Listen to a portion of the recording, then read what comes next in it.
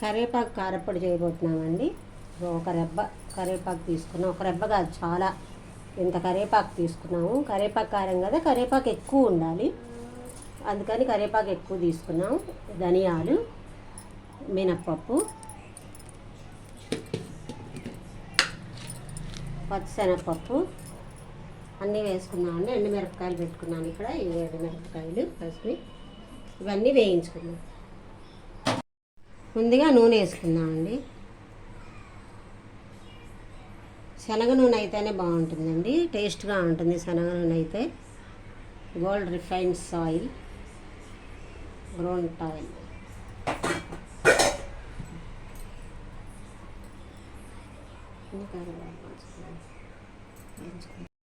ముందు కొంచెం ఆవాలు వేసుకున్నామండి. చిటపట్లాడిన తర్వాత అప్పుడు మిగతా అన్నీ వేసుకున్నాం.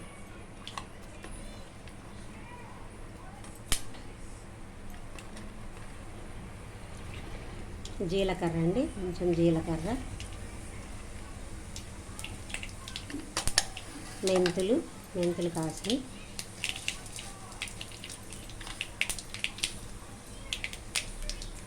మినప్పప్పు అండి. మరినంటే మినప్పప్పు బాగుంటుంది.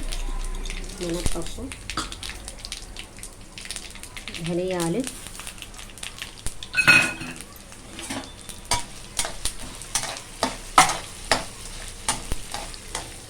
పచ్చనపప్పు కూడా వేసుకున్నామండి. అన్నీ వేగుతాయి.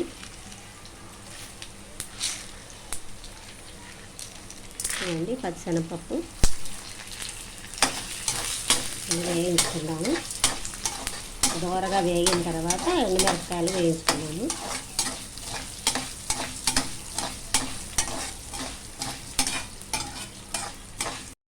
దీంట్లోనే ఎండుమిరపకాయలు వేసుకొని వేయించుకున్నామండి. పిల్లలకు కూడా చాలా ఇష్టము. ఇడ్లీలోకి, దోశల్లోకి వేయించుకోవడానికి బాగుంటుంది. మనకైనా పిల్లలైనా తింటారండి. ఇలా వేయించుకోవాలి దోరగా.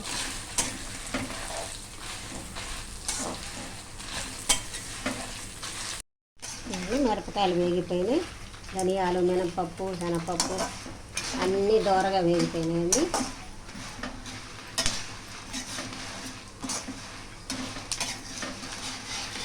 ఇట్లా వేయించుకోవాలి.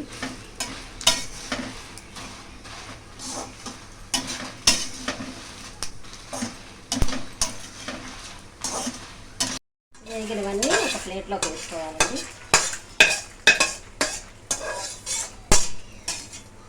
ఒక ప్లేట్లో వేసుకొని ఇప్పుడు కరివేపాకు వేయించుకుందామండి. నూనె వేసుకొని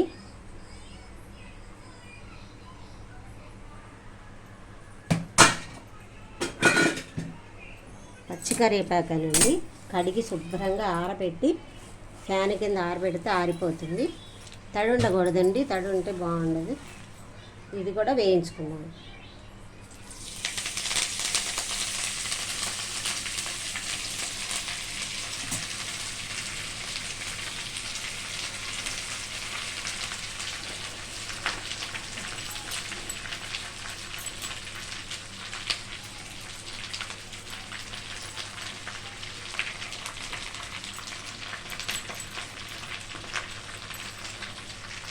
మునగాకు కారప్పొడి కూడా చేస్తారండి, బాగుంటుంది.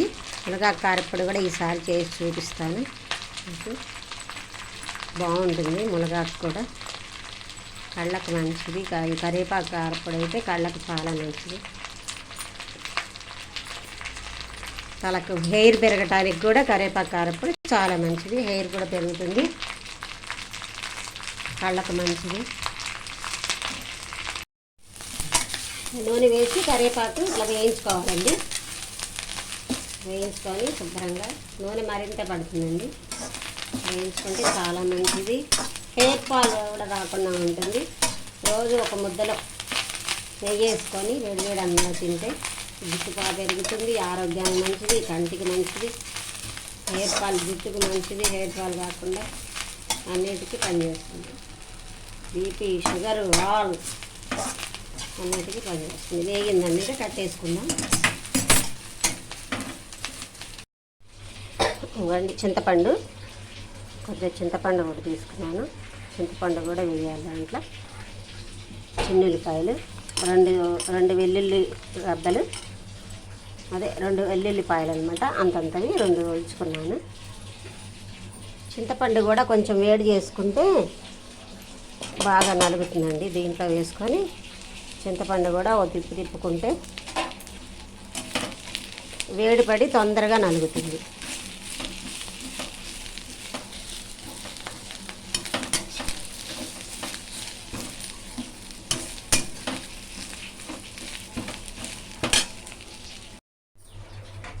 ఇప్పుడు కొద్దిగా వేసుకున్నామండి. ఉప్పు తగినంత వేసుకొని, ఉప్పు కూడా వేసుకోవాలి. పసుపు వేసుకుంటే వేసుకోవచ్చు, లేకపోతే లేదు. పసుపు వేసుకున్నా కూడా మంచిదే. తగినంత ఉప్పు వేసుకొని పట్టేసుకుందాం. వెల్లుల్లి రబ్బలు, 2 వెల్లుల్లిపాయల రబ్బలు వేసుకుందాం. కరివేపాకు కారపొడి అయితే రెడీ అయిపోయిందండి. ఇది వేడి అన్నంలో వేసుకొని తింటే సూపర్ ఉంటుంది.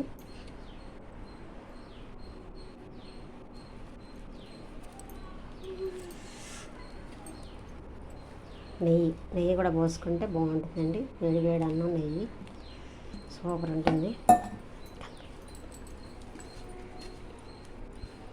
ఎంత బాగుంటుందంటే కూర ఏం లేకపోయినా ఇది ఒక్కటి ఉంటే చాలు. అసలు ఎంత అన్నమైనా తినచ్చండి. సూపర్, అసలు అద్దరిపోయిందండి, మామూలుగా లేదు. మా చిన్న మనవరాలికి కూడా కారప్పొడి అంటే చాలా ఇష్టం. కారప్పొడి అన్నం తింటుంది. ఇటు ఎలా ఉంది? సూపర్ అను, సూపర్ సూపర్. అందరూ ట్రై చేయండి, బాగుంటుంది. ట్రై చేసుకోండి అమ్మా. సబ్స్క్రైబ్ చేయండి, షేర్ చేసుకోండి, సబ్స్క్రైబ్ చేయండి. నమస్తే.